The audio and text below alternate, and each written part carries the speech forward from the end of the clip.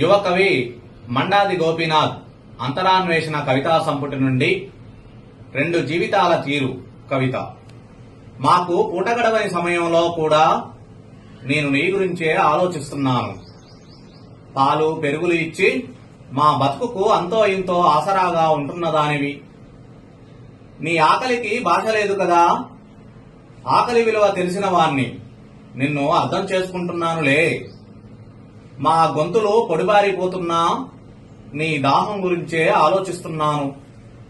కడవడి గంజి నీళ్లు కూడా కడుపు నిండా తాపలేకపోతున్నానని దిగులు చెందుతూనే ఉన్నాను. ఎండుగడ్డి పోచలు సరిగా ఇవ్వలేకపోతున్నానని దుఃఖిస్తున్నాను. నీ ఆవేదనను అర్థం చేసుకుంటున్నానన్న మాటే కాని నా ఆర్థిక పరిస్థితి అంతంత మాత్రం. అదిగో నీ లేగదూడను అమ్మగా వచ్చిన డబ్బులకు 4 గడ్డి కట్టలు పట్టుకొచ్చాను. పేగుబంధం మర్చిపోయి కడుపు మంటలు తీర్చుకుంటావు కదూ.